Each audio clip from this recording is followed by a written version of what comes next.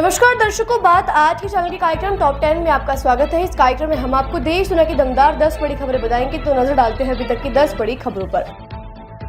PM Narendra Modi आज गुजरात के नवसारी जिले में संबोधित किए जाने वाले एक बड़े कार्यक्रम में केवल महिला पुलिसकर्मियों को सुरक्षा घेरा तैनात किया गया था। यह देश में इस तरह की पहली पहल थी। भारत के इतिहास में पहली बार पीएम के कार्यक्रम की पूरी सुरक्षा व्यवस्था केवल महिला पुलिसकर्मियों ने संभाली। पीएम मोदी ने नवसारी के वानसी बोरसी गांव में लखपति दीदी सम्मेलन को संबोधित किया। इस अवसर पर उनकी सुरक्षा कर्मियों में 2100 से अधिक महिला कांस्टेबल, 187 उप निरीक्षक, 61 पुलिस निरीक्षक, 16 पुलिस उपाधीक्षक, 5 एसपी, 1 पुलिस महानिरीक्षक और 1 अतिरिक्त डीजीपी रैंक के अधिकारी सहित सभी महिला पुलिसकर्मियों ने उनकी सुरक्षा व्यवस्था संभाली। राहुल गांधी ने आज अहमदाबाद में सुबह 10:30 से 12:30 बजे तक 2 घंटे पार्टी के नेताओं, स्थानीय निकाय चुनाव में कार्यकर्ता और पूर्व उम्मीदवारों के साथ बैठक की। उन्होंने स्थानीय कार्यकर्ताओं को संगठन में बड़े बदलाव लाने का आश्वासन भी दिया और कहा कि नए पदाधिकारियों की जिम्मेदारी और जवाबदेही भी तय की जाएगी। इस अवसर पर उनके साथ एआईसीसी के महासचिव केसी वेणुगोपाल भी साथ रहे। वेणुगोपाल ने कहा कि इस बैठक का उद्देश्य गुजरात में पार्टी और उनके संगठन को मजबूत करना है। प्रणब वेंकटेश ने शुक्रवार को मोंटेनेग्रो के पेट्रोवॉक में 11वें और अंतिम दौर में स्लोवेनिया के मैट्रिक लेवसनिक के खिलाफ ड्रॉ खेलकर विश्व जूनियर शतरंज चैंपियनशिप अंडर 20 जीत ली। पिछले साल चेन्नई इंटरनेशनल में चैलेंजर्स वर्ग जीतने वाले वेंकटेश ने दुनिया के जूनियर खिलाड़ियों के बीच अपना शानदार प्रदर्शन जारी रखा और पूरे टूर्नामेंट के दौरान अपराजित रहे। भारतीय खिलाड़ियों ने कुल 7 जीत और 4 ड्रॉ के साथ संभावित 11 में से 9 अंक हासिल किए। इस तरह भारत को शतरंज में एक और वर्ल्ड चैंपियन मिल गया। उनकी इस जीत पर महान शतरंज खिलाड़ी विश्वनाथ आनंद ने उन्हें बधाई दी। इंडियन एयरफोर्स के लिए शुक्रवार का दिन काफी खराब साबित रहा। दिन भर के अंदर 2 राज्यों में अलग अलग घटनाओं में लड़ाकू विमान हादसे का शिकार हो गए। पहली घटना हरियाणा में हुई, जहां भारतीय वायुसेना का एक जगुआर लड़ाकू विमान पंचकुला जिले के मोरनी क्षेत्र के बलदावला गांव के पास दुर्घटनाग्रस्त हुआ। इसमें पायलट सुरक्षित बच गया। दूसरी घटना बंगाल के बागडोगरा में हुई, जहां AN-32 ट्रांसपोर्ट एयरक्राफ्ट दुर्घटनाग्रस्त हो गया। गनीमत यह रही कि इसके चालक दल भी सुरक्षित रहे। भारतीय वायुसेना दोनों घटनाओं की जांच कर रही है। शुक्रवार को उत्तरी आयरलैंड के बेलफास्ट में भारत के नए महावाणिज्य दूतावास का उद्घाटन विदेश मंत्री एस जयशंकर के हाथ किया गया।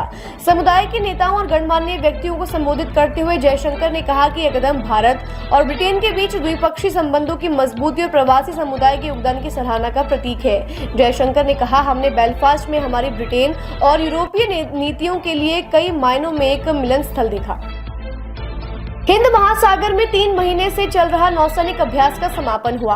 क्षेत्र में चीन की बढ़ती समुद्री गतिविधियों के बीच किए गए इस अभ्यास में 65 से अधिक युद्धपोतों, 10 पनडुब्बियों और 80 से अधिक विमानों ने हिस्सा लिया। अभ्यास के संचालन का क्षेत्र पश्चिम में होमुज जलडमरू मध्य से होकर पूर्व में सुंडा और लोम्बुक जलडमरू मध्य था। नौसेना ने कहा कि थिएटर लेवल ऑपरेशनल एक्सरसाइज ने बल की अभियानगत तैयारियों और युद्ध की तत्परता का आकलन करने के लिए डिजाइन किए गए गहन अभियान की सफलता को चिन्हित किया। वर्तमान अमेरिकी राष्ट्रपति ट्रंप प्रशासन अपने पूर्ववर्ती बाइडेन प्रशासन की तुलना में संघर्ष को रोकने की दिशा में काफी रुचि लेते हुए आगे बढ़ रहा है।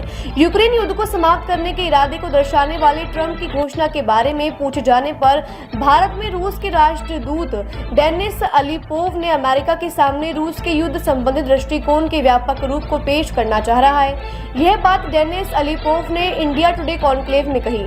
राजदूत डेनिस ने कहा कि पुतिन ट्रंप के साथ तीसरे पक्ष को लेकर बैठक करने को तैयार है।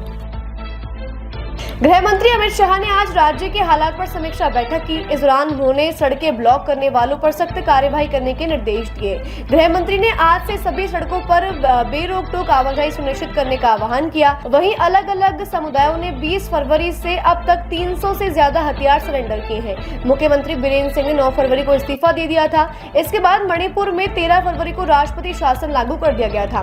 मणिपुर के राज्यपाल अजय भल्ला ने उग्रवादियों से हथियार सरेंडर करने की समय सीमा बढ़ा दी थी। अंतर्राष्ट्रीय महिला दिवस पर राष्ट्रपति द्रौपदी मुर्मू ने राष्ट्र को संदेश दिया। मुर्मू ने कहा, यह स्त्री शक्ति की उपलब्धियों और योगदान का सम्मान करने का अवसर है। उन्होंने सुरक्षित और समान अवसरों वाले समाज के निर्माण का आह्वान किया। मुर्मू ने कहा, महिलाएं हमारे परिवार, समाज और राष्ट्र की नींव भी होती हैं। महिलाओं ने चुनौतियों का सामना करते हुए विभिन्न क्षेत्रों में सफलतापूर्वक अपनी पहचान बनाई है। आज हम सभी संकल्प ले लें कि ऐसे समाज का निर्माण करेंगे जिसमें महिलाएं 100% सुरक्षित रहेंगी। आतंकवादियों को पनाह देने वाला राष्ट्र पाकिस्तान अब खुद आतंकवाद से परेशान हो रहा है। खुद के तैयार किए गए आतंकी अब पाकिस्तान को ही निशाना बना रहे हैं। इसी कड़ी में पाकिस्तान ने एक बार फिर से ब्लास्ट हुआ। इस ब्लास्ट के निशाने पर पाक सुरक्षा अधिकारी थे। इस हमले में 2 सुरक्षा अधिकारी मारे गए और कई के घायल होने की खबर है। अफगानिस्तान की सीमा से लगे खैबर पख्तूनख्वा के बाजोर जिले के साला रजई के मुल्ला सईद इलाके में शुक्रवार देर शाम सड़क किनारे IED विस्फोट में सुरक्षा बलों के एक वाहन को निशाना बनाया गया। टॉप 10 में आज के लिए बस इतना ही। कल फिर नई खबरों के साथ हम होंगे आपसे रूबरू। तब तक के लिए दीजिए इजाजत। नमस्कार।